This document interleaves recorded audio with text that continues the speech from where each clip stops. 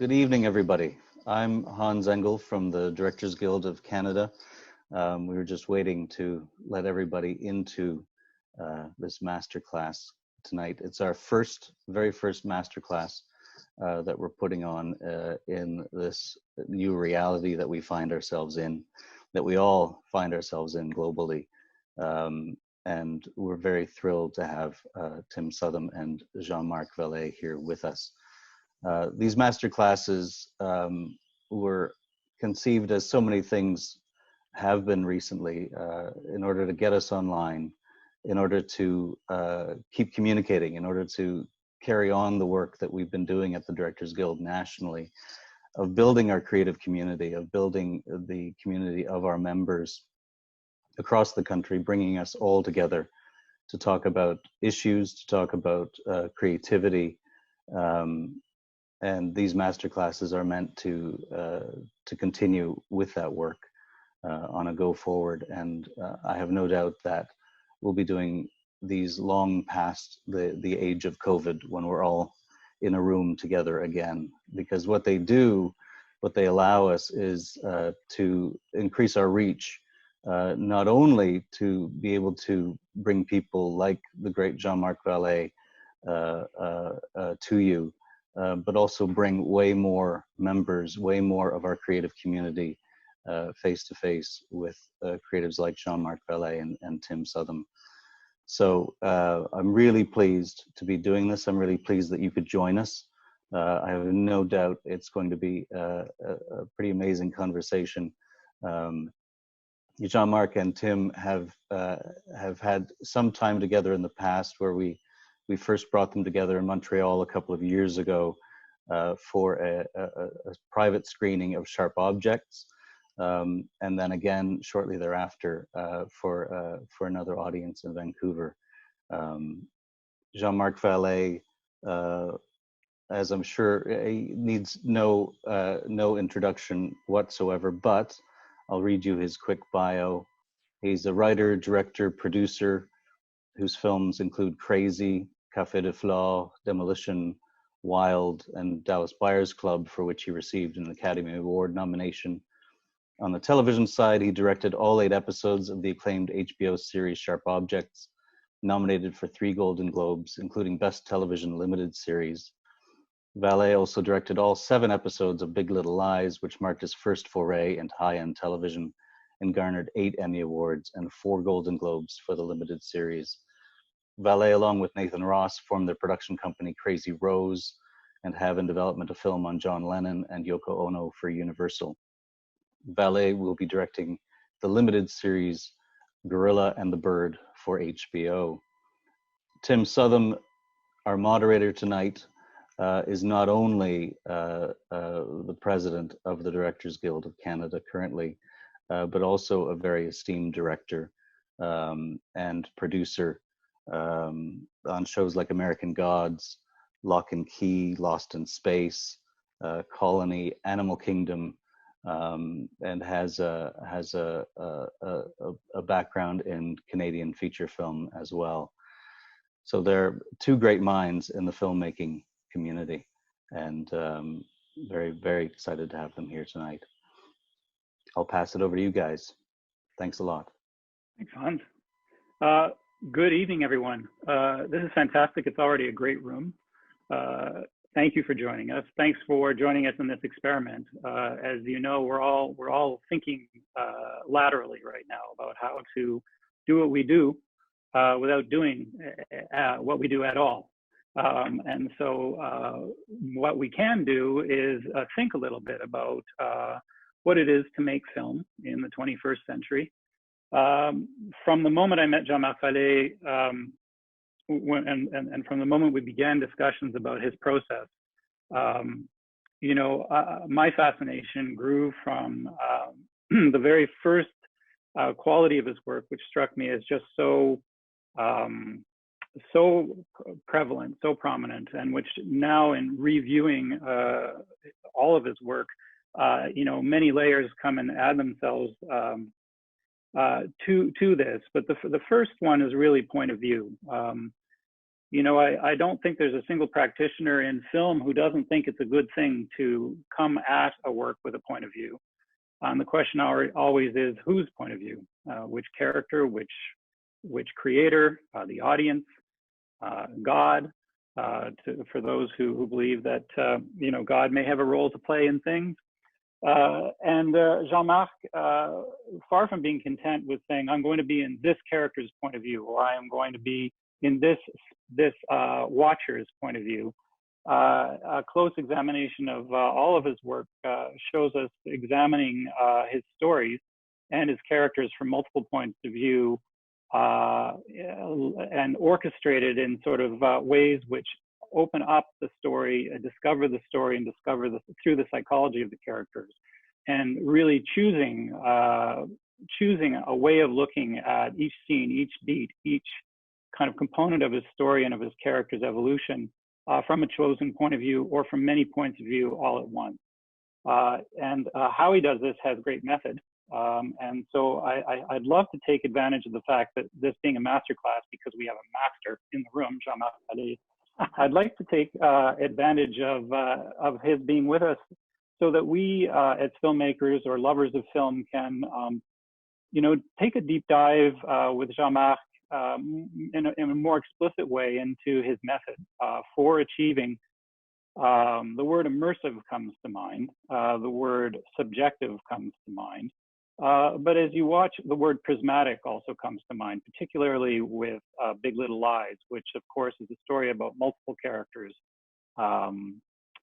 So Jean-Marc, welcome. It's so great to have you here. It's so great to have you as an ambassador for the filmmaking voice on multiple platforms, feature film, series, you know, this extremely liberal view of how to use many platforms, and before that, of course, commercials, and before that, your wonderful short films, your extraordinary short films, which are these haikus, these perfect films. Your curiosity for form is so evident in what you do, and it seems so important to you achieving the goals emotionally in your films. I notice, and we're going to speak about Big Little Lies and Sharp Objects tonight, and of course I'll ask you how it feels to tell stories in many parts with many characters. They seem to have some components in common. For instance, they are both crime stories. They're both crime stories where our understanding of the crime passes through the discovery of the characters. In the case of Sharp Objects, one character principally, but others as well. And in the case of Big Little Lies, a bewildering constellation of characters. Nonetheless, it seems the center of gravity of both of these long films rests with a principal female character. In the case of you know, in the case of Big Little Lies, a woman who's moved, a mother who's moved with her little boy to a new community. And in the case of Sharp Objects, Camille Preaker, who is showing up in her hometown after many years away. So I wondered if I could just get you to speak first and foremost about about why you became involved with two thrillers coming from films like Dallas Buyers Club, Crazy, Café de Flore, and Wild, where you know, where the principal preoccupation was character. What did it bring you to have this procedural component? The mystery, the crime, the police component, the murder.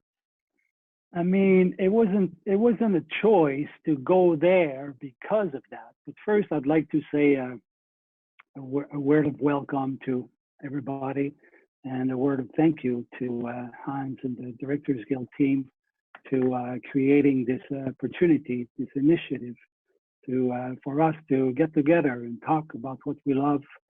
And it's great, particularly in this time of crisis. And so happy to be here. Thank you for your good words. Thank you, Tim, for the introduction. And it's so great to hear you talk. And it's, as Hans was saying, it's our third time together. But we're reuniting to talk and to. I feel I'm repeating myself in front of you now, but I hope we'll have time to talk a little bit about your work too. I'm curious know you've directed recently some episodes of American Gods. I saw this week a great episode of Bates Motel. So let's keep some time to so I can ask you all as well some questions if you don't mind. No way. No chance. But, we only have you every once a year. That's not going to happen. But thank you. You're welcome. It's a matter of circumstances, you know, because it's not that I aim for genre or for. I was curious though. I mean, I started with Liste Noire and always watched genre films. And when I was young and studying, I was studying Hitchcock and loved to study Hitchcock and to learn about the master and reading Hitchcock Truffaut. So when the opportunity arrived, first it was Sharp Objects. I signed Sharp Objects first before BLL, and under the invitation of Amy Adams, we were working on something else that didn't work out, and she got this offer to play this character. So she called me and said, "Would you like to do your first TV series?" And it'll be my first one as well. And HBO, not HBO, but you know, you haven't done this before, me neither. Why don't we go play in the sandbox? And I read the book and I was like, wow, Sharp Objects from Gillian Flynn. It was quite a page turner. Something very unique, something very special, dark, so dark, but at the same time there was some beauty in the darkness with this character that I was looking for hope, although fighting her demons. And it was such a character, so special, so honest, brutally honest, the way she was talking about herself. And so I was just like so surprised to have Amy Adams wanting to portray that character, that I went, if you want to do this, I want to see it, you know, I want to be the first one to see it. And yes, I'd like to be there with you and to do this. And then Big Little Lies came through Reese first, since we've worked on Wild before together. And she went, I got this book that we're adapting with David Kelly. Nicole will play the other character, Celeste, and it's quite a special book on relationship, on abuse, on domestic violence. So the trailer was there, you know, it was quite a device, you know, that you don't know. It was a whodunit, but at the same time, who's dead? Because it's rare that you don't reveal who's dead right at the beginning. And that was the case here. We didn't know who was dead and who has done it. So it was, so I learned to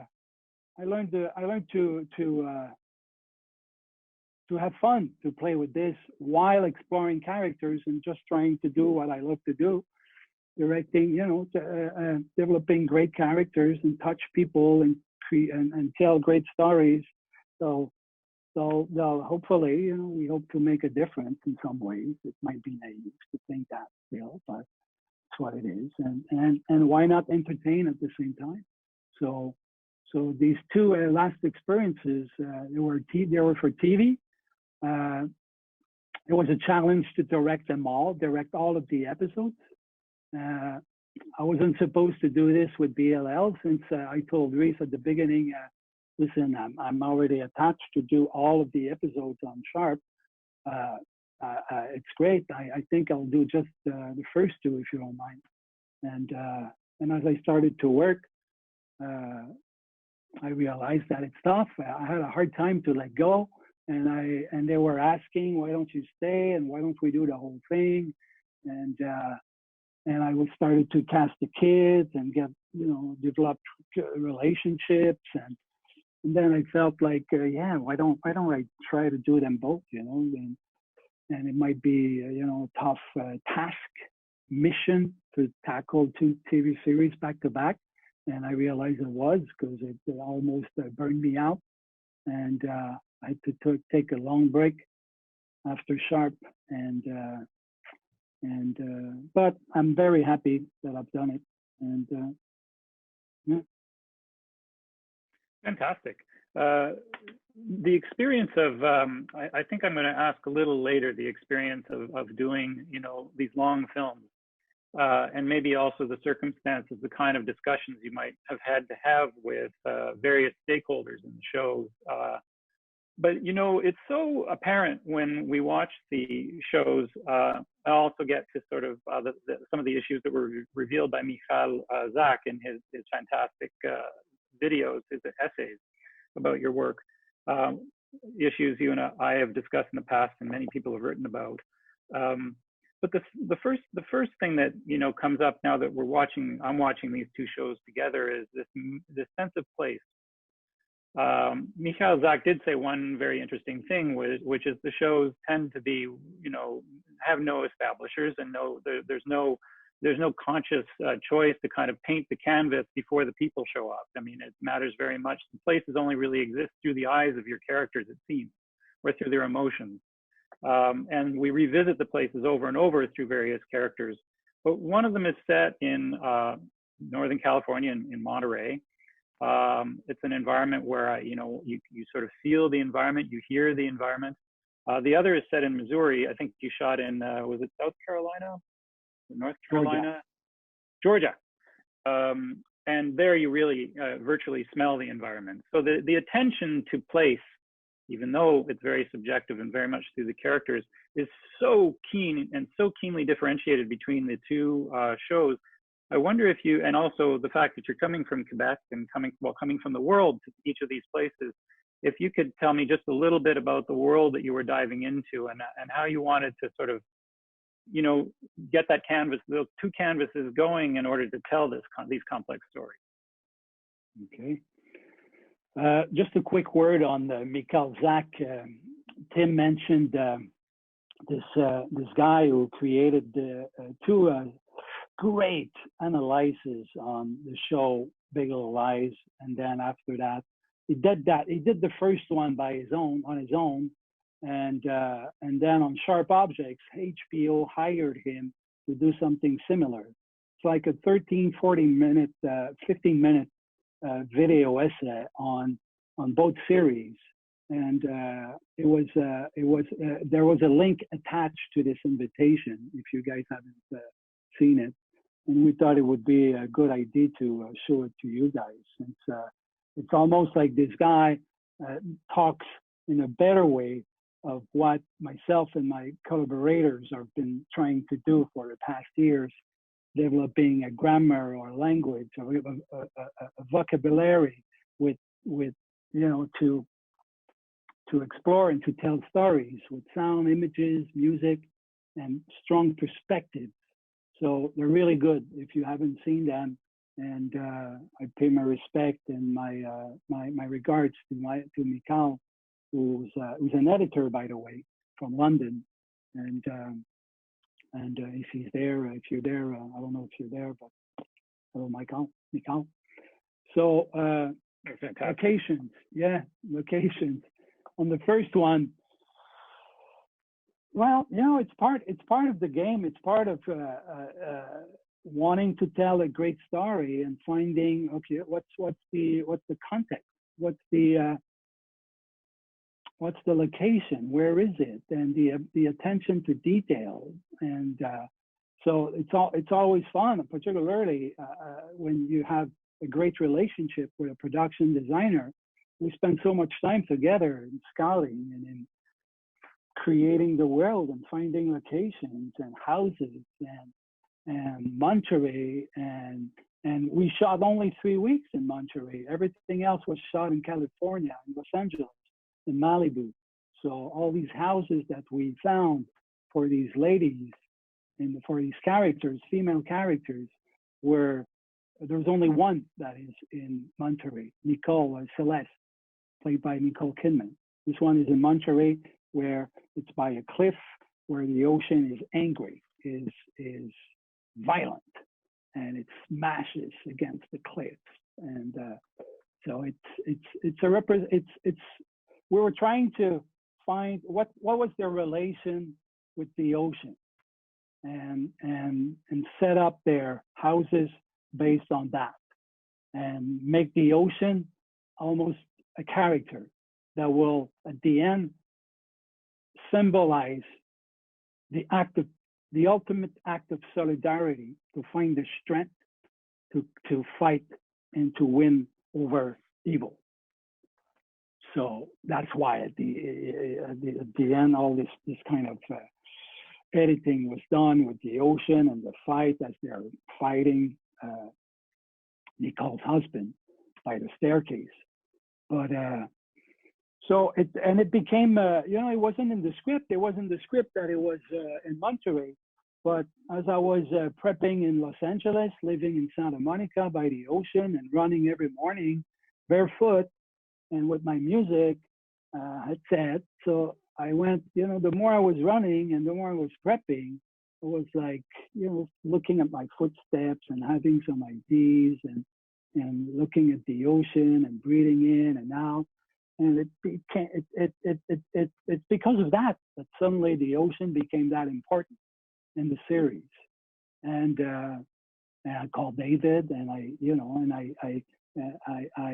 make a pass, I asked the writers to make a pass on the scripts and to put the directorial approach in and the strong perspectives of, as we mentioned, and the music, who's going to play, who's going to be the DJ of the series, who's going to play, what kind of music are we going to be listening to, from what perspective, what characters. So I do that on the page beforehand. And so as I was doing a pass on the different episodes and then sending them back to David, I got, so we started to bounce, back and forth on all these new ideas, and that's one case. And then in the case of Sharp Objects, I'll just interrupt and say this is David Kelly, yes, the screenwriter who wrote the teleplay, and the famous producer and fabulous screenwriter who wrote the teleplay based on Leanne Moriarty's book, Big Little Lies. So I'm looking forward to hearing about Sharp Objects, but you were working with David's production draft, or one of his drafts, working your impressions and some of your goals into a production draft or a shooting script. Script, yeah, exactly, okay. Yeah. So I was.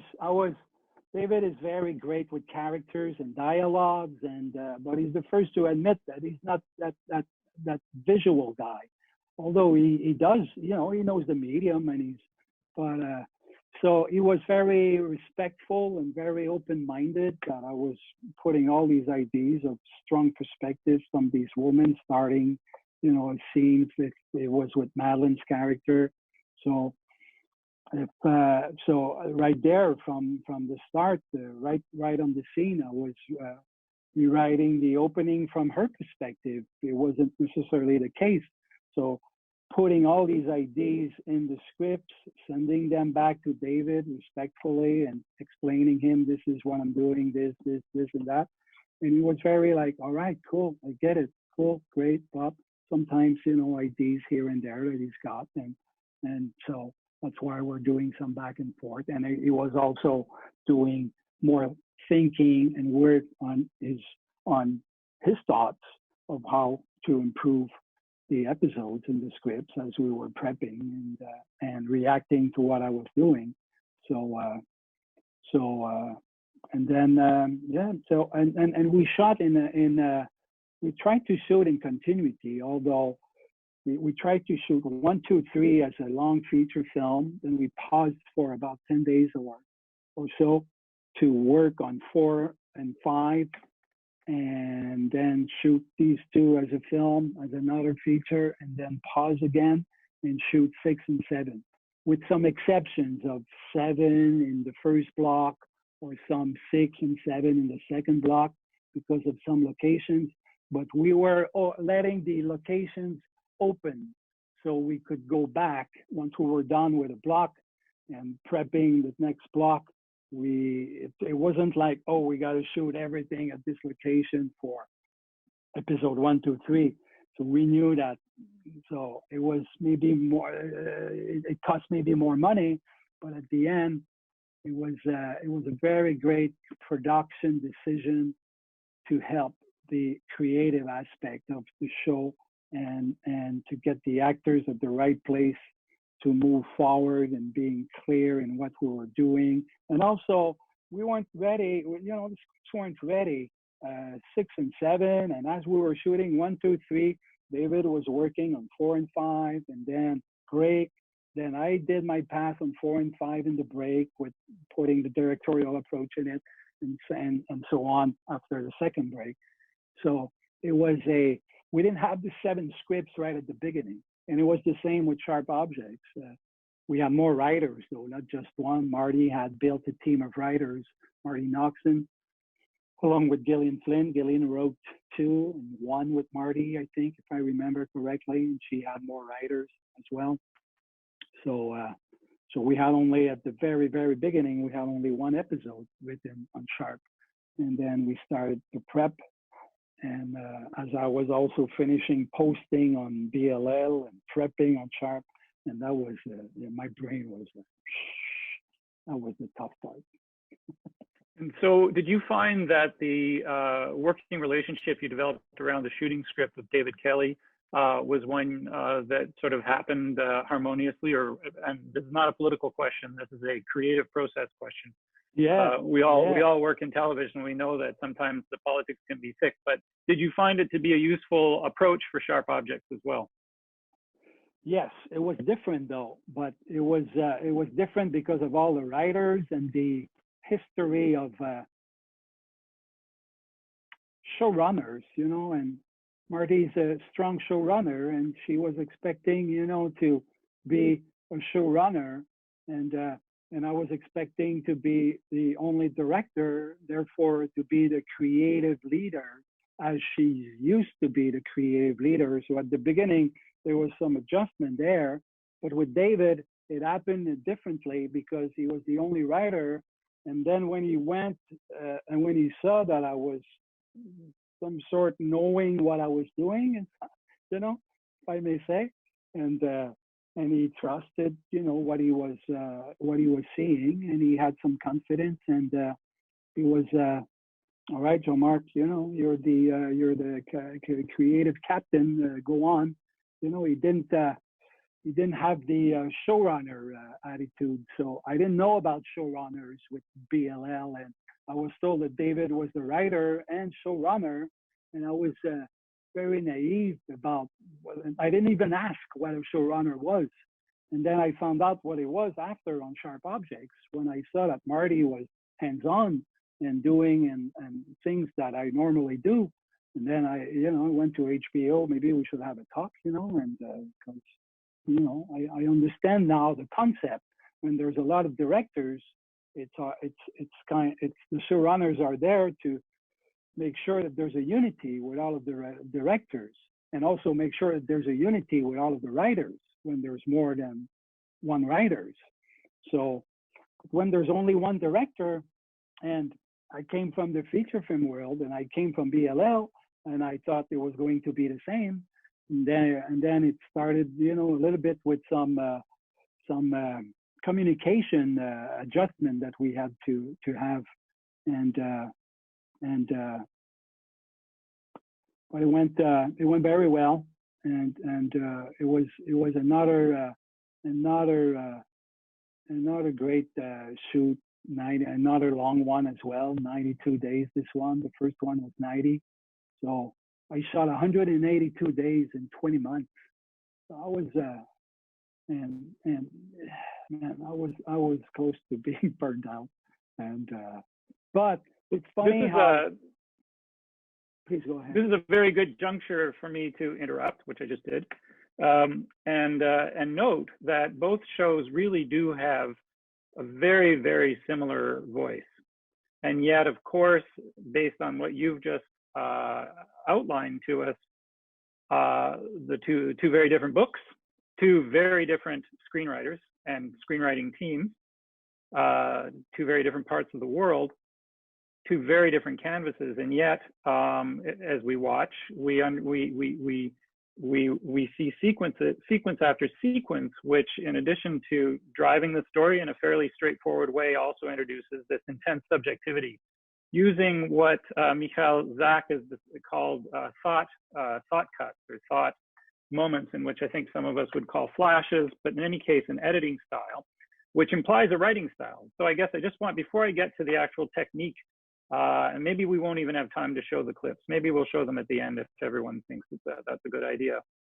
But before we get to the actual mechanics of building these incredible sequences, I'd like to ask how much of them you felt you needed to design in advance, either through this shooting script or through some other form of scene design technique. You've told me in the past you don't do shot lists, but to get the images you need to build a sequence which gives us an objective view of our characters and then the very subjective flashes that they're experiencing. How much of this do you have to do in advance before you pick up a camera? That's part of the pass that I do on the script and that I sent back to the writers once I'm done. I would say 80% of those thought cuts, those flash cuts, are put right there in prep in my shooting script, in my pass that I do on the episodes. So along with changing perspectives and how I start a scene or end a scene or how I end an episode, I learned that I love to create cliffhangers doing these two shows at the end of a show with a punch, with a musical punch at the end when I cut to black.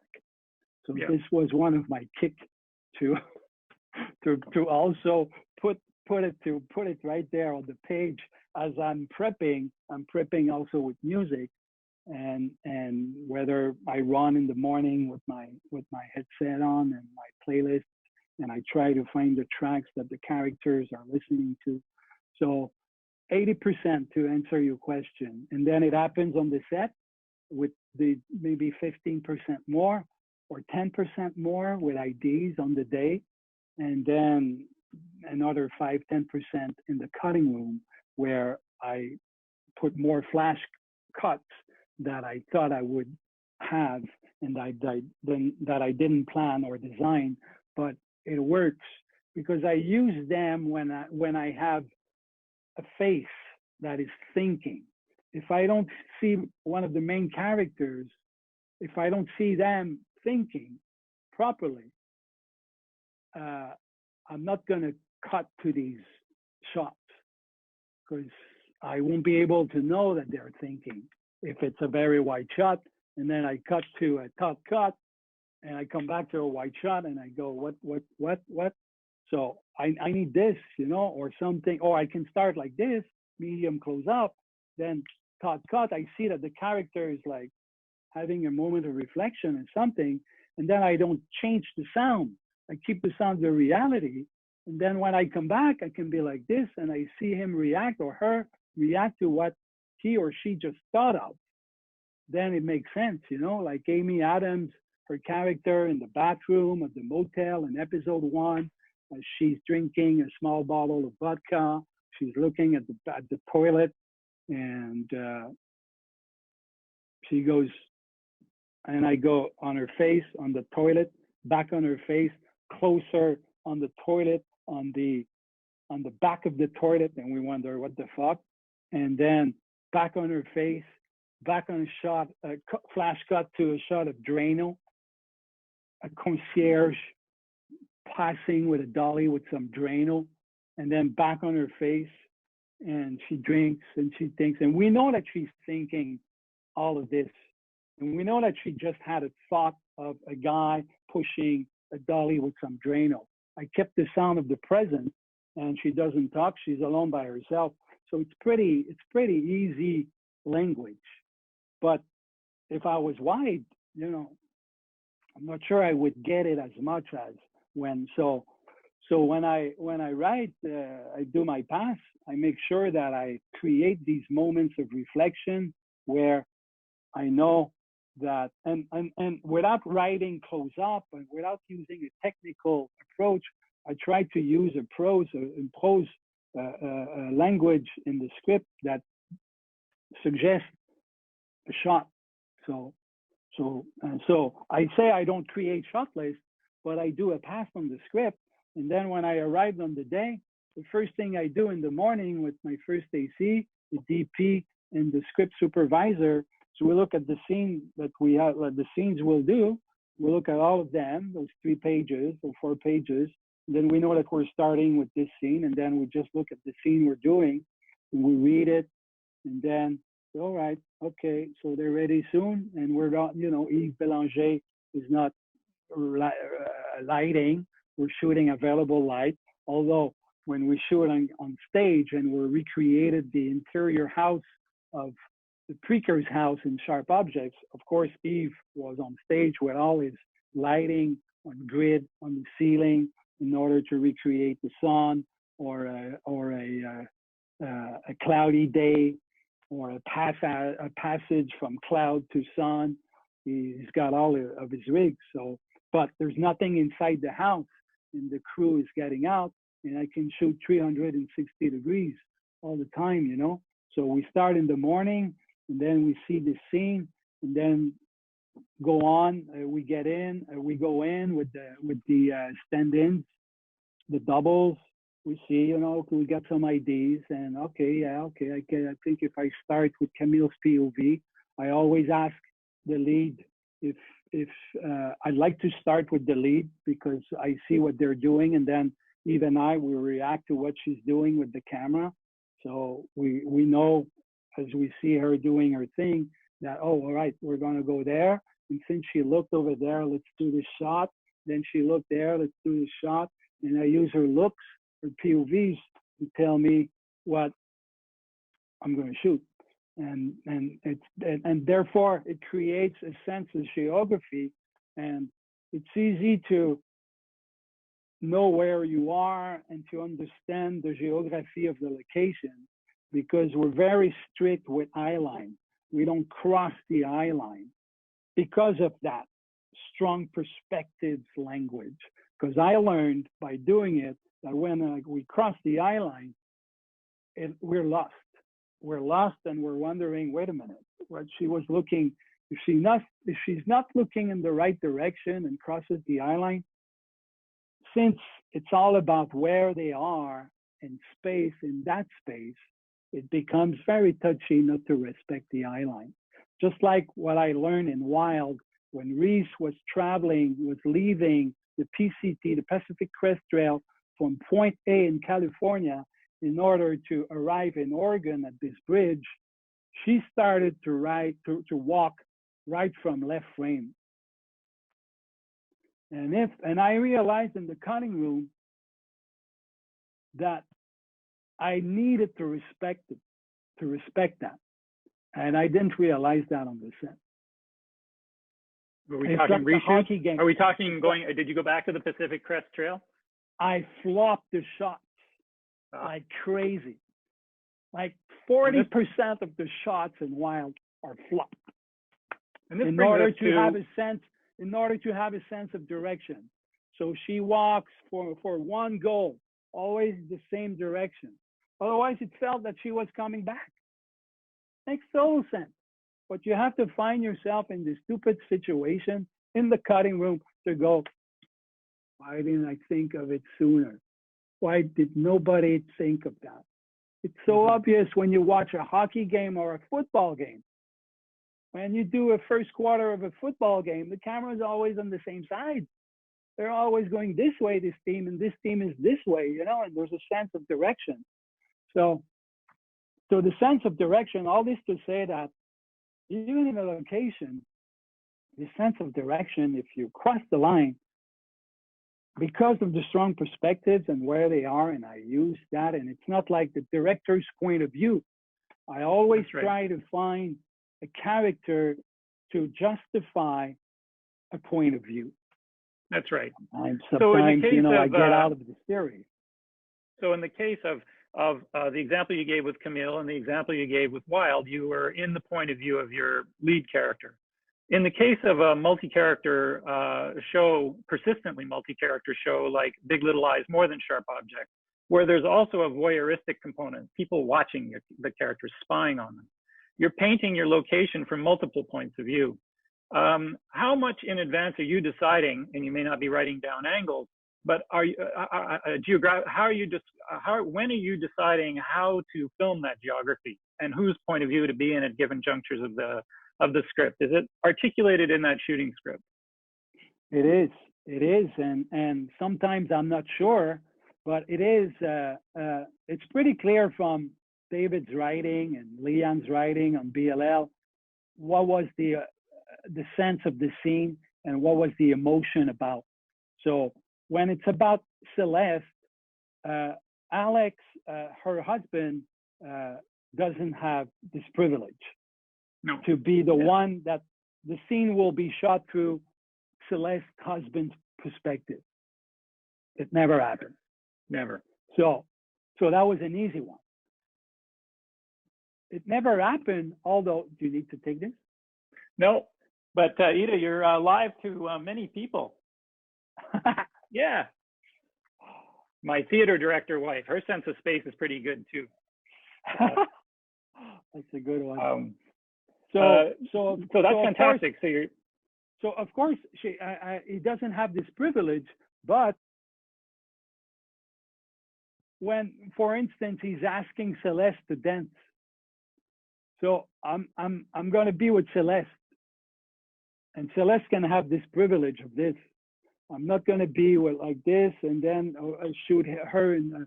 Although I did it, and sometimes I do it, but I like to see the distance between them.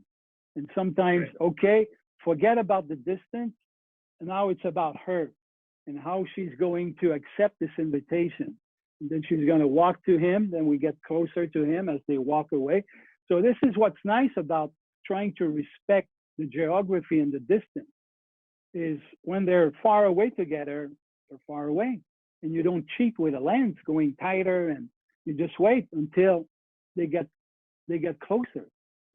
So often in BLL, since, as I said, it was obvious where it needed to be from the writing, whether it's Reese is with Jane or with Renata, sometimes it was clear that this is from Reese's perspective. She's at her place, she's welcoming this woman, and let's shoot the whole thing from her perspective. But her husband had some great scenes with her where I was shooting both perspectives. But when I was doing my shooting script, I didn't write him in, and I went, oh, that's great. Let's shoot also his perspective. There's something emotional about this guy. He's good. Yeah. I feel he's sensitive, and there's something great. So why don't we give him? Let's do it, and let's see how we react to it in the cutting room. So I cover myself, and since we shoot without the crew there around, and we can go fast, and we shoot an entire card for 30 minutes nonstop. So Reese and Adam Scott arrives on the set, and we start to ask Reese, I'm going to start on you if you don't mind. Sometimes Reese will go, I want to start on Adam. I'm tired this morning. Can you? Or sometimes she says, why don't you start on Nicole? And so when I have Reese and Nicole at the same time, depending on who's arriving first, I'm asking Nicole first, would like me to start on you, or I ask on Reese, But I give them this respect and this option to start the day on them, which I like because they're the main characters, and then it shows Eve and I, what to do, and also the script supervisors, they learn how we work, and it's great to have a backup and someone that is thinking the same way and that comes up and that gives you some ideas of, oh, we have this perspective. Do you think we should go and have the kid's perspective for one shot here and this and that? And, oh, yeah, good idea. Let's cut to the kid, and the kid is looking at their parents. Yeah. So the kids are watchers. I mean, there's a subtle difference between being in a character's point of view in the scene, say Nicole, and the left, and the watcher. And we have an interesting question from an anonymous attendee, which is there ever anywhere in either show a director's perspective or POV on any of the scenes, or are you always persistently either in a watcher or voyeuristic point of view, or really anchored in the point of view of a principal character? Yes, I am, but sometimes I'm alone. Let's say I'm alone with Amy Adams in her room, and there's nobody there, and it's the opening of Sharp Objects, and she just woke up from a bad dream.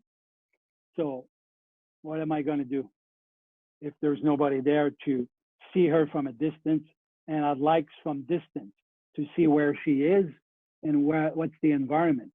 So of course, sometimes there's a directorial point of view that goes wider to give a sense of this is her environment. This is where she lives, and nobody's there to watch her from this distance. Normally, I like someone else because it gives me this excuse to go wide. And I voluntarily ask them to keep, particularly with Amy Adams' character and her mother, played by Patricia Clarkson. I mean, the distance was so important. She hates her mother. She has a hard time coming close like this. It's always this, and that was so great. So, and sometimes, you know, I learned also, you know, there's a way to, some actors, they want their close-ups. And there's some moments it's obvious that I'm not going to cut close. It's obvious. But to build a good relationship and with the actress, with the actor or the actor, all right, let's put in 85. Let's do a close-up that I know I'll never use. But the actor knows that Jean-Marc did a close-up because she was expecting, you know, and she's like, am I having a close-up on this one? And so, yeah, there's some times where if I'm in a hurry or there's some ways, and sometimes I can explain and no, but I'm okay to adapt and to change the lens and to do a close-up. But I remember one scene where she wanted a close-up and I didn't use it at all. And I never used them, but maybe it happened that I used it. But one scene where she arrives home, Camille, Amy Adams, and she's scared because she didn't notice the presence of her mother on the couch. It's in one of a late episode, 5 or 6. And then she stays there on the door, and the mother is seated having a martini on the couch, and there's this long conversation. And I'm like this on Amy, and Amy's POV with a 35 mil on far away Patricia Clarkson. So Jean-Marc, let's do it again, and let's do it for a great close-up. All right. Put an 85, you know, let's do it. But it was so great not to do it and to respect it in the cutting room that when the mother rises and walks and approaches and she gets so close and she knows that she gets so close that her daughter is not comfortable with this closeness. And she goes, you smell like ripe, you know, and she's like this. And so the patience of having the patience to respect the language and the distance made this close-up shot of her even better, I believe. A shot where the lens didn't change. She walked into the 35 millimeter lens, earning a close-up at a moment which made sense to, you know, in her relationship in that scene with Camille. It seems that the lesson, because this is a class, the lesson is that if we automatically do complementary coverage, we are immediately abandoning one of our great powers as storytellers. To do equal coverage of all characters may be useful and give us flexibility in the edit room, but to not take a point of view or a position spatially with respect to who this scene is about is kind of a critical surrender of a kind of a great power that you have as a director, which is I'm with Camille in this scene. In fact, you're with Camille in every scene. And this distancing is so critically important to keeping the center of gravity of each sequence firmly anchored in Camille's perspective. Yeah, true, true. Well said. And Thank you. Again in BLL at the finale at this party where they're all dressed up as Audrey Hepburn and Elvis Presley, and now it was like we shot. Was it a 10-night shoot, and all those. I mean, it was important to cover all these women and these Greek chorus characters, the supporting roles that are watching. Everybody's watching and wondering who's going to die and who did it. And it's the end of episode 7. So Greg Feinberg, the producer, was so amazing understanding this creative process of covering every single POV and repeating. And of course, the actors and the crew, they go, why are we doing it again? Again and again. And yes, this is the concept. I know, be patient, and sorry, we're doing it again. And it takes patience also for our leads. They're becoming extras at one point. They have to be in the shot, but they're like so far away. It's not about them. It's about who's watching them. So I have a closer shot on these Greek chorus characters and their perspective with a dirty foreground of them to make sure that we understand that they're watching. Not too out of focus, not too sharp at the same time, but dirty foreground. Eve is managing the Alexa to have the right depth of field, but so Nicole and Reese and Shailene and Zoe and Laura Dern, and they all have to be patient at one point, and they're like extras for hours, and it's cold. They're wearing almost nothing. So, and they go, this fucking Jean-Marc again, another one, and they just want to act, and they're the leads, and they're being extras. So it's a tough demand, and I gotta go back and I remember this is where I never saw Reese losing it, and this shoot she lost it. She was so cold, and she was so sick and tired of just doing all these shots that she went like, fuck it, no, I'm going. And she lost it for a few minutes, and she came back, but I could understand. And same with Amy Adams. Let's talk about this for a second. Sorry to interrupting again.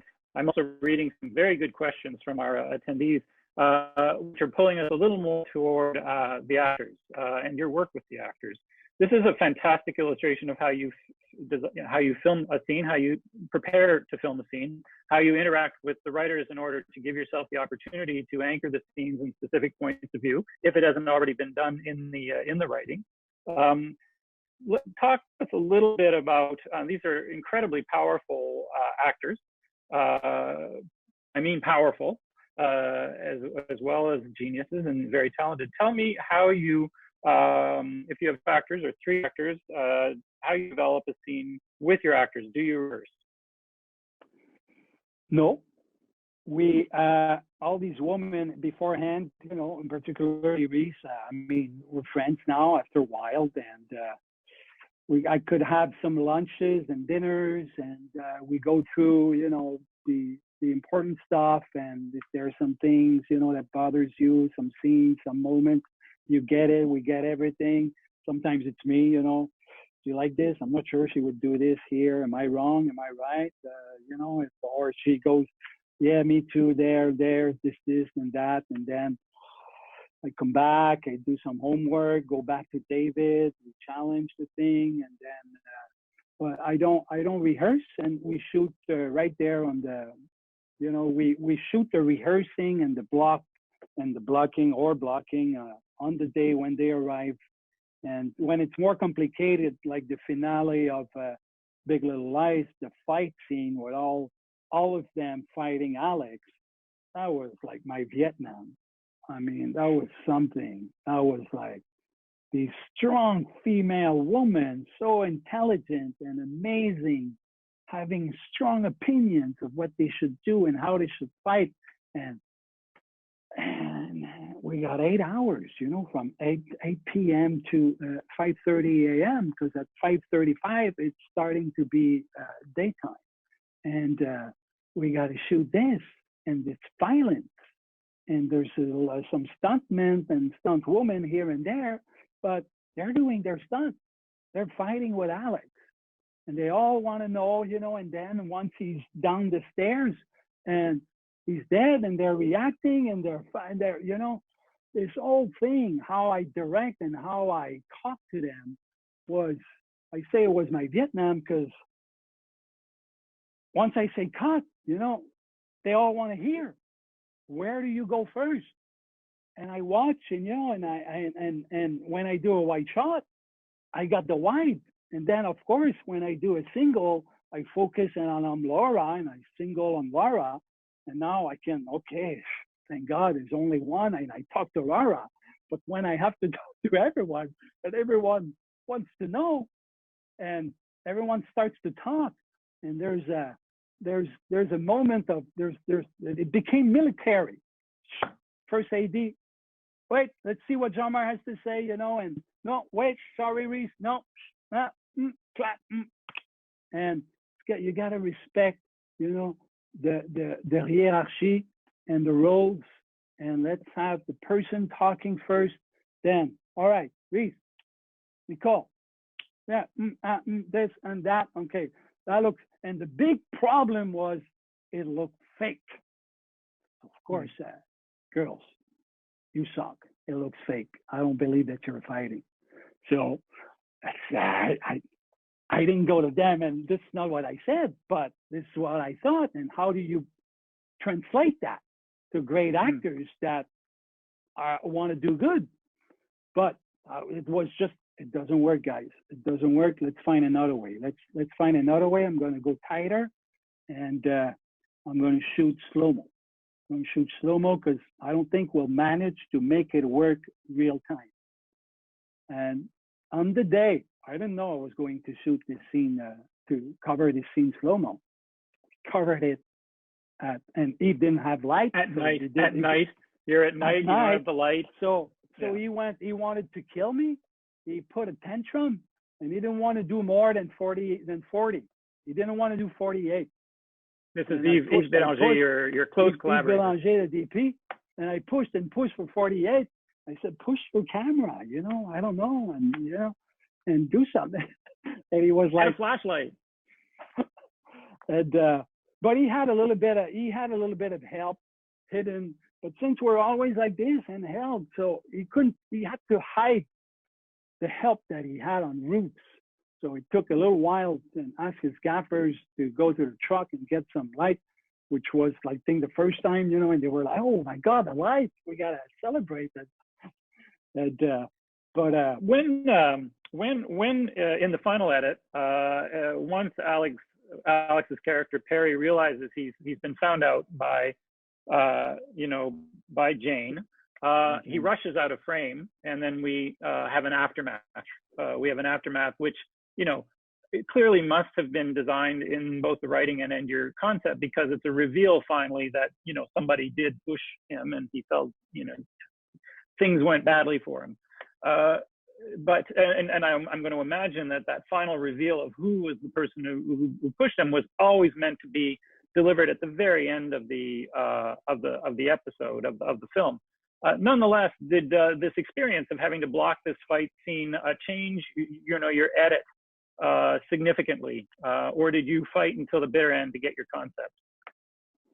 No, it changed significantly. Yeah, absolutely. It changed. See, it changed on the day while shooting slow-mo. And the thing is, we didn't use any slow-mo in the cutting room. We went even faster. So not only we pushed it, we didn't bring it to 24 images per second. We bring it to 16 or 18 images per second in order to have more movement, in order to have more violence.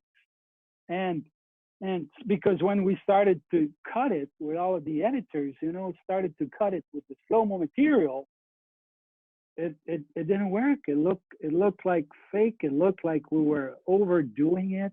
We were like being complacent in a moment that needs to be, come on, get out of there. And it's, and so it wasn't written, cut to the ocean for 6 frames, cut back to the violence, cut back to the ocean.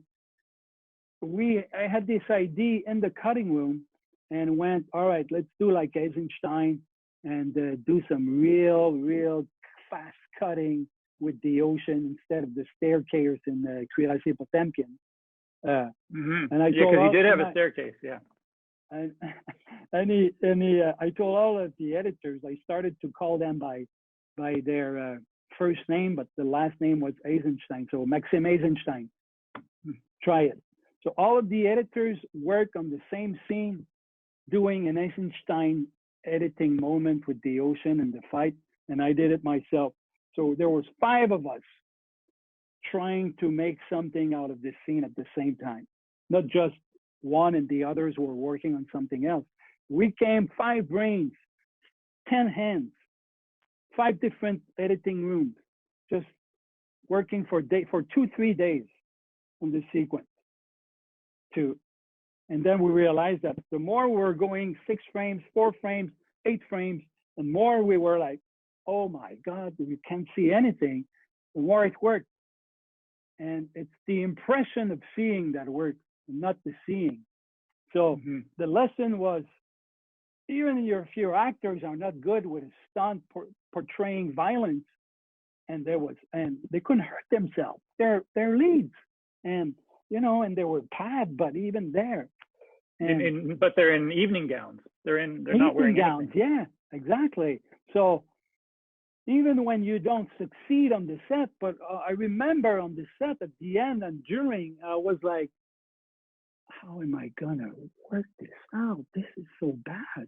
And I was with my first AD and Eve, and again, the script supervisor, and I don't know what to do. Right? So it's so bad.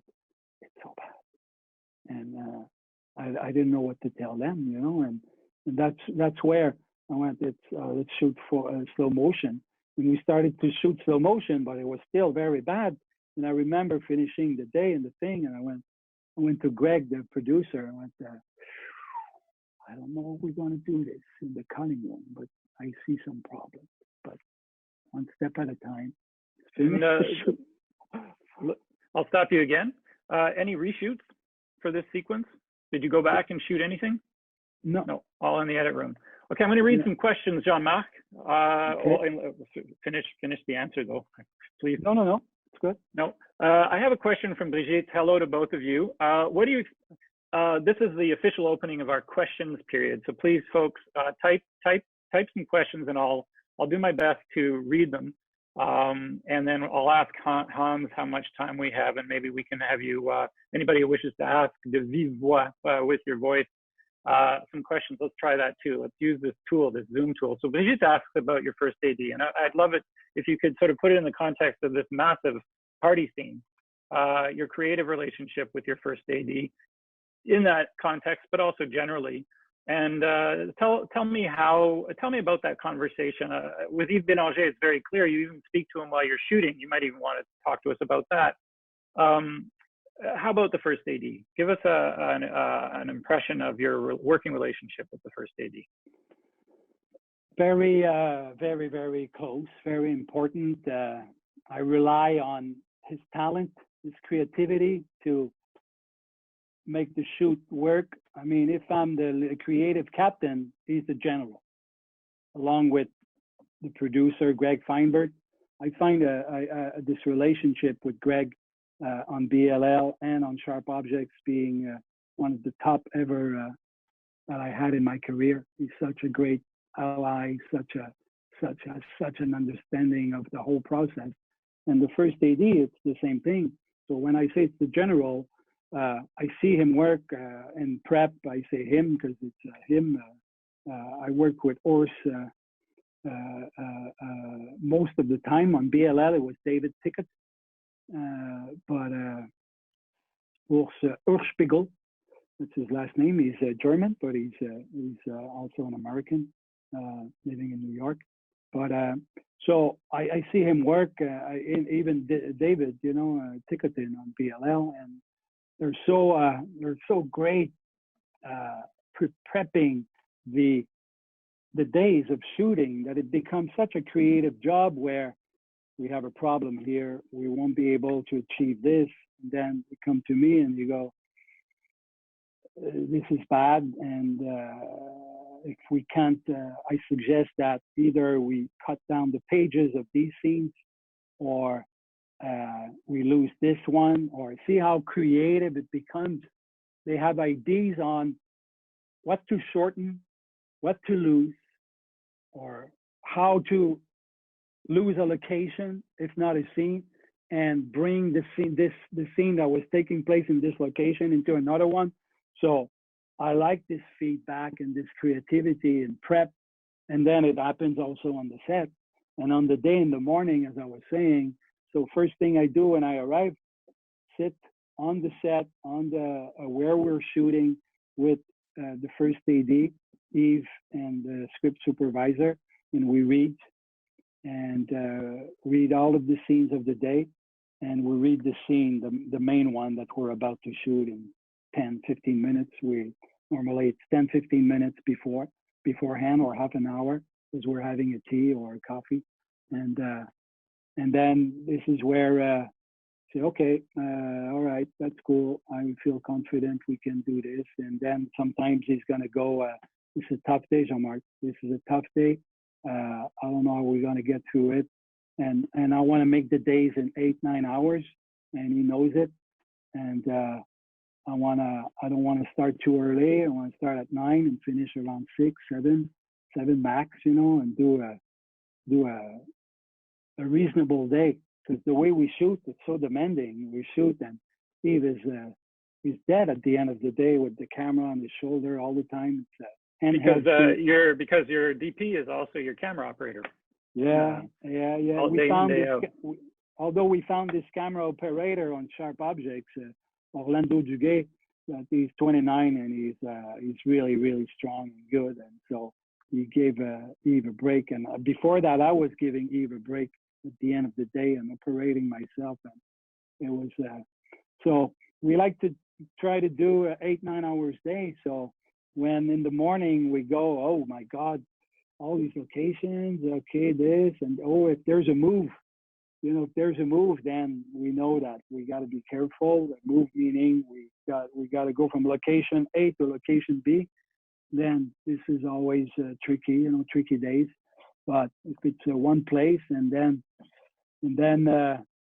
I hear the IDs, the IDs from Eve, from the first AD and the script supervisor, and I go with the script supervisor. Also very important. Where are we? Where is she supposed to be now emotionally? Am I forgetting something? What should I tell her? She's there, huh? Is she angry this morning about her mother? No, because we had this and this and that. Oh yeah. But she can be, she can show a little bit of hostility, but subtle maybe, and so they all remind me, where we are and how we can make the day. And Eve is suggesting some stuff as well with perspectives. But at the same time, we all know that we're gonna learn when they arrive and we start shooting. And because there's no shot list, we love to just, and it's not it became something so fun and so natural that we're not worrying, and we're doing our days, and we know that it's going to happen, and everybody has to be careful though, and to be outside of the way, not in the way, because we like to move around and don't stand there and look like normally it happens on a set.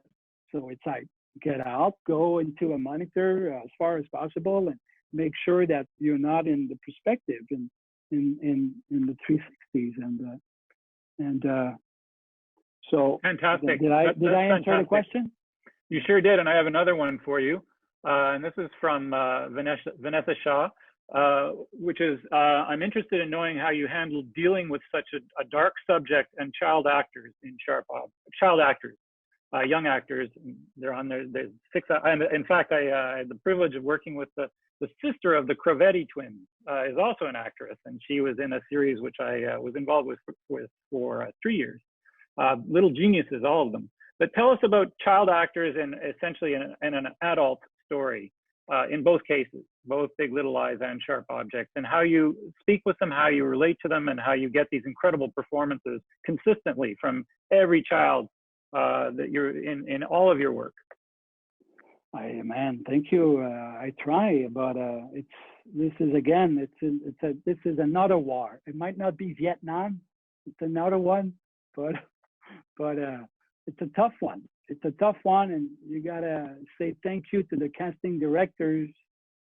In this case, in both cases, David Rubin. Thank you for helping me find these precious stones, these rarities, these kids that are so gifted and talented. And so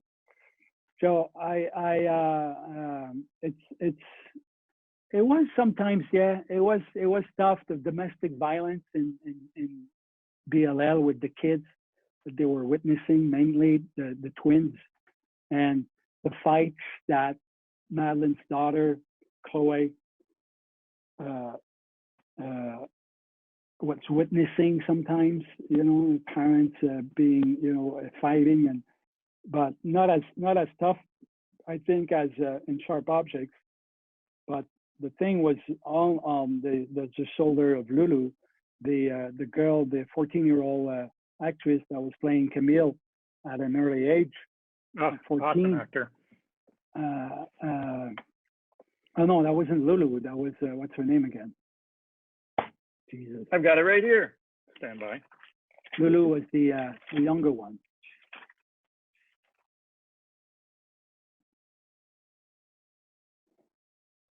And no, I've lost it. It's all right. It's all right. She's so good. Yeah, and she was, she had some tough moments, to play, and I don't know what to tell you.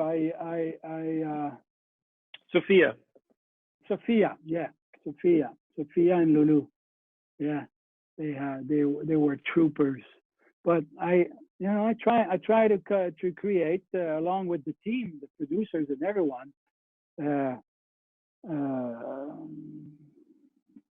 some ambience, some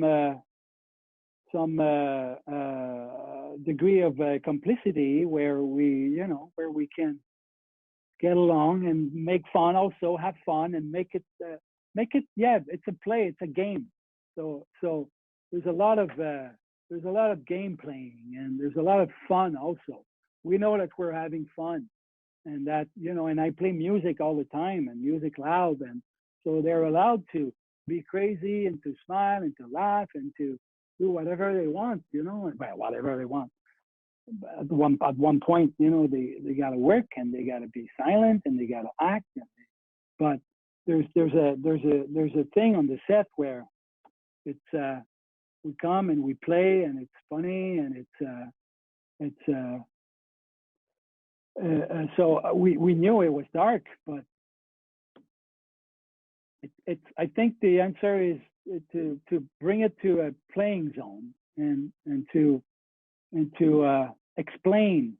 And also I have the coach, they have their own coach, that are following them, their teacher, so their parents, and they're all, reminding them this is why they're doing this, explaining the context and why and this and the context of violence or sexuality. And so I think it's a team effort. It's not just me. It's a team effort from the production, the teacher, the parents, myself, the other actors, Amy, and so. Okay, fantastic answer. So I have some great questions, some great general questions, very general. So really good questions from anonymous attendee, which I'm going to set aside for now because I'd really like this masterclass to remain about your immediate process Amy, Joe, and Trevor are very interested in returning to the whole business of how you shoot. Amy, Joe hears that you do not cut between takes, that you keep the camera rolling until the scene is done. I happen to know you also have a secret weapon, that you have one language for camera, generally for Eve, and one language for cast, just because of where you're shooting. So you might want to tell us a little bit about that. And also, Trevor would like to know where you're standing. Are you following directly behind the DP, talking in his ear? So those are similar questions. I'd love to get your perspective, your detailed account of that. I'll interrupt if I feel we can't get to Stephanie Morgenstern's question, which is also very good. So away you go on the camera. Great questions, guys. Great questions. Yes, I follow the DP. I'm behind the DP. And sometimes we even ask the boom operator to get out. And the actors are only mic'd with their little hidden mic. So I'm behind the DP or the camera operator. On Sharp, it was Orlando often, not Steve. And I have the focus puller next to me. So I follow, and we ask most of the times, sometimes there's a thing to do where we shoot more traditionally, and we know that, okay, this is it, and we're not going to do. But when we arrive, and we set a scene, it's like, everybody out, please give us the room so they can have the space and they can move wherever they want to go. And the actors, they love it so much once they experience it. And they can, there's no mark, and they just can use the thing, and I tell them I'm going to start here with a 35 mil, which is the lens that we use 90% of the time. It gives a good sense of what the location is, the environment, and it allows great close-ups as well. Not extreme close-ups, but medium close-up. So 35 mil is on right there in the morning. There's not even any question.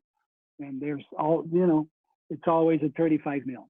So we start the day, the actors can move around, and I'm there with Eve or Orlando, and I look around, and sometimes I'm behind, and sometimes I move because I see stuff, because they have only one eye open in the camera. Normally they close the eye, the other one, unless they look. But it's important that they focus on the thing. So I see around, and I see what's going on with the others as well. So sometimes I move. But when we start and we shoot the rehearsal or the blocking, it's like I don't interfere, and we see what's going on, and they know that they need to be patient. And patience is a virtue. You need to be patient and do not start to try to find a frame. Let's just focus on, we're starting on Reese, we start on Reese. Okay, what is Reese doing we start on Reese and she's with Nicole. Okay, we start on Reese, and are we doing a medium close-up on Reese? Because we know, so if we do this, then we'll have to probably lose her if we're starting there. Because she's gonna move, she's gonna start to move, and I'm telling the operator, the DP, Eve or Orlando, do not start dollying. If she moves, whatever, just pan. So the pan becomes suddenly the directorial approach. A shot that is not seen from someone else, from a character's perspective. Since I was on Reese, and then suddenly she goes to Nicole. So I stay there with the camera, and we just pan. It becomes a wide shot from nobody's perspective. So, okay, that's good. All right, it's not cut. Let's do it again, Reese. All right, and then I tell Eve, let's do it again, but let's dolly with her to see what she's looking at. Clap, clap, clap, clap, clap, clap, clap. And now we dolly with her. It becomes Nicole's close up at the end. So I just covered the beginning of the scene on Reese. That will become Nicole's close up until the end. All right, I want to be on Reese until the end now. Let's start on Reese again. All right, Reese, and now dolly back, dolly back, dolly back, dolly back. Oh, let's do it again, Reese. No, we got to dolly back and go on the other side of the eye line because she's not looking the right direction now. Let's do it again. First position, clack, clack, clack, clack, clack, clack, clack, until we got it right. And then, all right. And you haven't cut yet. You haven't cut yet. I haven't cut yet. No cut. Annette, let's do it. Let's start the scene now on Nicole. Nicole, I'm on you. Okay. Nicole didn't move. It's an easy one. So you sure didn't want to move? Because it's time. If you want to move, it's time. And you can do it. No, I felt good the way it was. All right, let's do it. So I start on Nicole right there. And then Reese arrives at the end of the shot, and she arrives in the foreground. And I push Reese a little bit because I want to see her in the foreground. And I tell her, or I sign to her, you know. Or when I say right, left, they know I'm talking to them.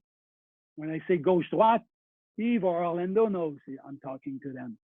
And I experienced that with, we had for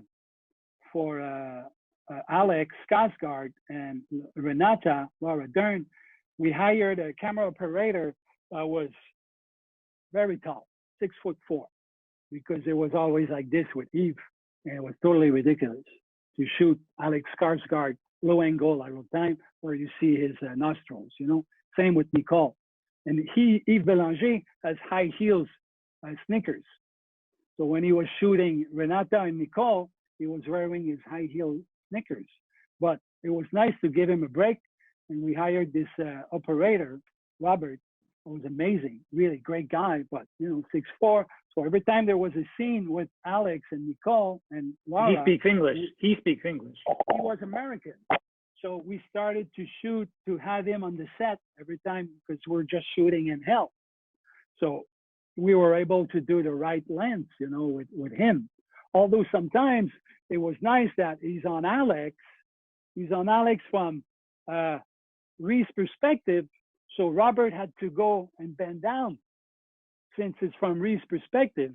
But sometimes from Nicole's perspective, we needed to be higher and so on if we want to reverse and see Nicole from Alex's perspective, which was rare, but we did it. And so I told him at one point, you know, and as I'm used to talk to the actors when we shoot, and I whisper, and then I started to say right, left, and Robert was starting to pan right or panning left. Not you, her. I'm not talking to you. And then I realized that, oh, it's really practical. It's a good thing to have a French Canadian, a French speaking operator, so I can whisper some stuff in French. And of course, if they hear some whisper in French, they know that I'm not whispering to them. And they just go on. And they learn to hear a little bit of whispers here and there that I, you know, and the tough job is the focus puller, the first AC. I mean, they have a hard time on our sets because we don't rehearse. No mark. And there's no mark. And no light. And you have no light. And we're shooting at 2.8, 2.4, sometimes 4. It's very rare. So the depth of field is like 2 inches, 1 inch, or 3 inches. So I hear them breathe next to me, you know. And sometimes I go, you know, and why are they right next to you? They don't believe in the remote focus pulling thingamajig? Because they'll be in the shot. We have to move, and it's easier for them to have not only they have their reference, but they like to have the distance. And I like to have them sometimes because focus pulling is also storytelling. And sometimes, you know, they're so focused on the technique that they forget the storytelling. And I'm there to remind them the storytelling. So when I go like this, as I'm watching the actor, and I go like this, they know that they have to pull on the other one. And sometimes I go like this, they know they have to pull in the distance because I want to go in the distance from this perspective. So I like to have them next to me. So there's a communication with hands. So communication with hands with the first AC, French with the camera operator, English with the actors, but always, you know, whispers and unless I go, all right, let's not cut, let's do it again. And then we do our 30-minute card, and then I hear from the focus puller and he's pointing at me 30 seconds and then we cut. and maybe then there's a little hair and makeup or a little discussion. No video village though, huh? Very far, not in my zone. They're far, and they're doing their thing at the video village. I have a fantastic question, a couple of questions that relate to you being Jean-Marc Vallée from Quebec. Stephanie Morgenstern, who's a phenomenal show runner, creator, and who I think you may know, Yes. asks about, do you think your sensibility and experience as a Québécois, an outsider from an American POV, has made you able to bring a special insight into American material that Americans themselves might overlook? I don't think so. It's not as being, what may be as being a foreigner, not as being specifically a French Canadian. Hi, Stephanie, by the way. It's nice that you're here. And I heard about your success and everything. Congratulations. And I don't think it's about being Quebec, being from Quebec, but maybe being a foreigner. I know that I have more homeworks to do. You know, like doing sharp objects.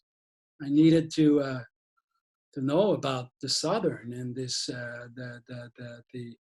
this place and this world, and so, and same with Dallas Buyers Club, you know, and to talk with the actors and to I gotta learn. So I feel I gotta So there might be this reflex of doing more homeworks and focusing on details, and this desire to be as American as an American, to be able to tell the story. So I try to be American, to become an American that understand the world and the sound and the humidity and the heat and how they talk, even though I'm not the dialect coach, but, you know, and how it is between them. And, but I want to do good, you know. I have a desire to do a good job, and I guess the foreigner thing makes a difference, maybe. I have something from our Tizzle, which is again referring to you, to Jean-Marc Vallée, the Québécois. In a film like Crazy, it felt as though you had a pronounced director's POV in certain circumstances and shots. And I know you've already, you know, discussed your journey from Crazy to where you are now. And the question is, which you seem to have now have relaxed this into a purely character POV in your latest project.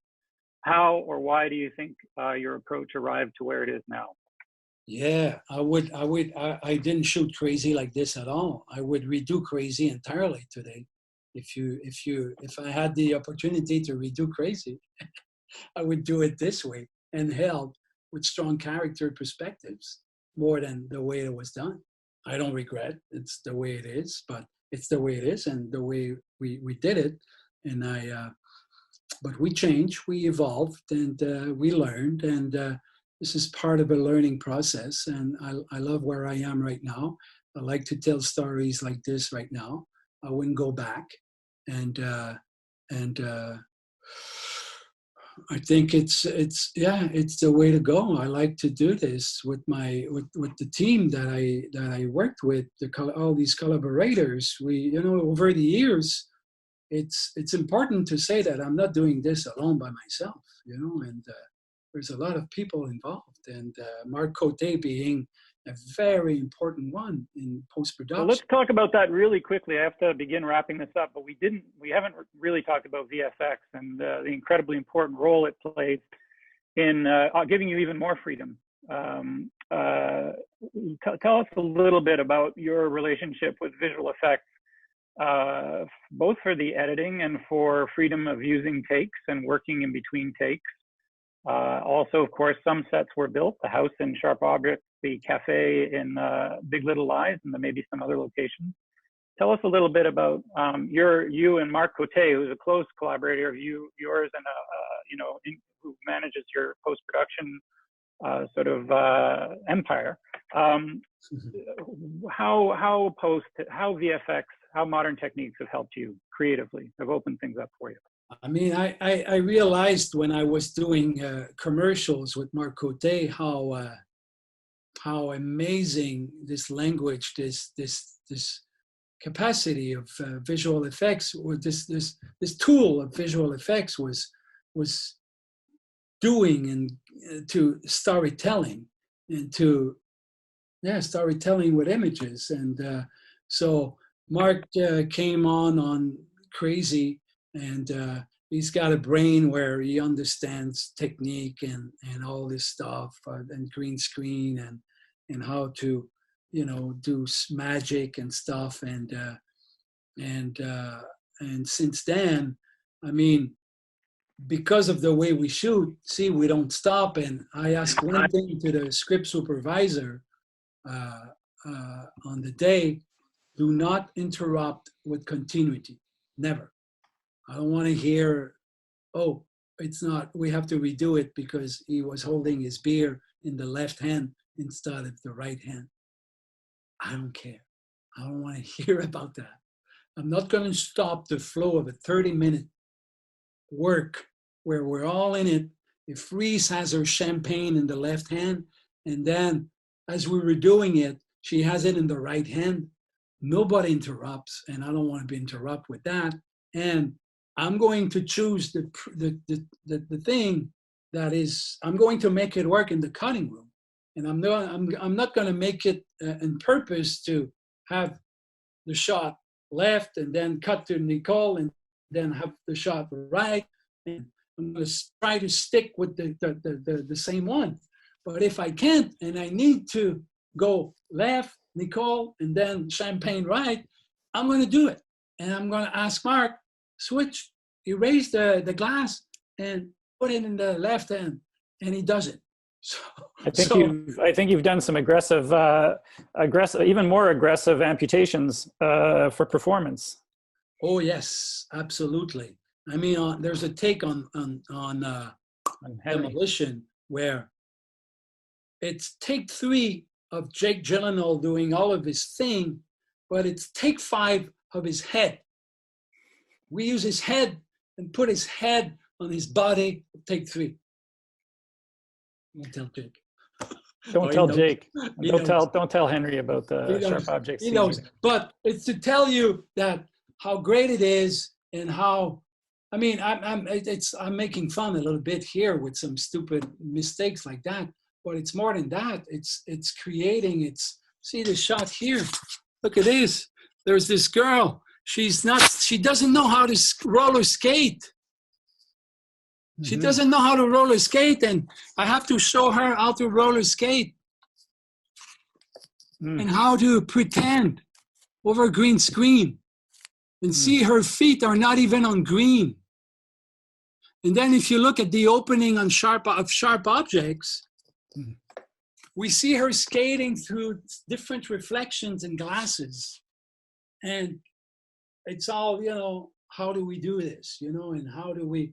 And Mark is like, all right, let's shoot it. Let's shoot her over green. We're going to get the wheels out of her skate. And once we'll put the reflections, you know, it won't show, and it'll be quick and fast. And if you look at the first 5 minutes of Sharp Objects, there's like 10 shots of reflections and car reflections, window reflections of the 2 girls skating. They don't know how to skate. Right. I wish I'd known all that when I was doing my skating scene in Nosferatu, which, by the way, Virginia Cull, who plays the teacher, is a star in. Oh. That was a question from Dev Singh, and we really have to wrap it up. And I think the best way to wrap it up is for you to tell us as much as you legally can about your movie that you're writing. Movie picture, the one I'm doing right now? That you're writing, yeah. Yes. I'm in the writing process, and it's a giant project on John and Yoko, on their love story, their commitment to their relationship to each other. And it's I started in November to research and to start writing and to research. I have a team of 4 assistants researching, 2 archivists, 2 assistants, and it's, I say it's giant because there's so much to read, and my co-screenwriter hasn't started yet, as I'm still working on the outline and researching and reading and because I want the plan on paper to be there and solid, and before sharing it and challenging it with him, and then sharing it with the producers. They're all waiting for it, and I'm a little bit late, but it's amazing everything that I'm learning on them, and it's a 3-hour film. I've divided this thing in eight parts. The last 2 parts are only 5 minutes long, and the 6 first parts are about 25 minutes long. So for a total of 3 hours. So 3 hours to tell this story from November 1966 to December 1980, 14 years. I have to cover 14 years, but they really started to be a couple in May 68, so 12 years. But still, it's, and in order to understand what they went through, you have to understand what Beatlemania represents, what Beatles are. So with the relationship with Paul, George, and Ringo, and in the first 2 parts, it's all before the Beatles break up. So they're very important. So I found myself becoming a Beatle expert. I already loved the Beatles, but I became a John Lennon and Yoko Ono expert with their music and their art. But now it became something else. But at the same time, it's great, and it's a challenge. After doing and working and having time to explore characters in 8 hours and 7 hours, to do it in 3, it's such an effort and a demand. So what I'm doing right now is I'm making an outline that will probably be for a 4-hour film. And I don't mind writing with Anthony a 4-hour film, and then we'll reduce it to, I think it'll be great to write a 4-hour film.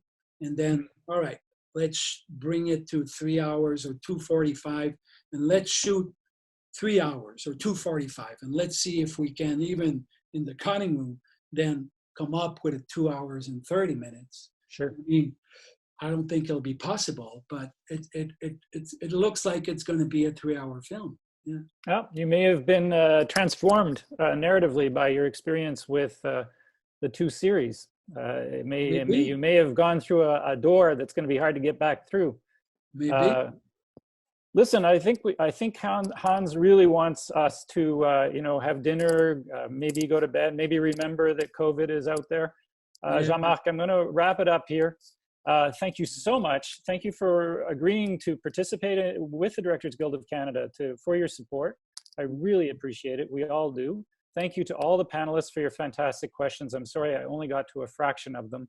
If you're anything like me, you just learned a whole lot, and it will hopefully change the next thing you do on a set. So Jean-Marc, I can't thank you enough for this.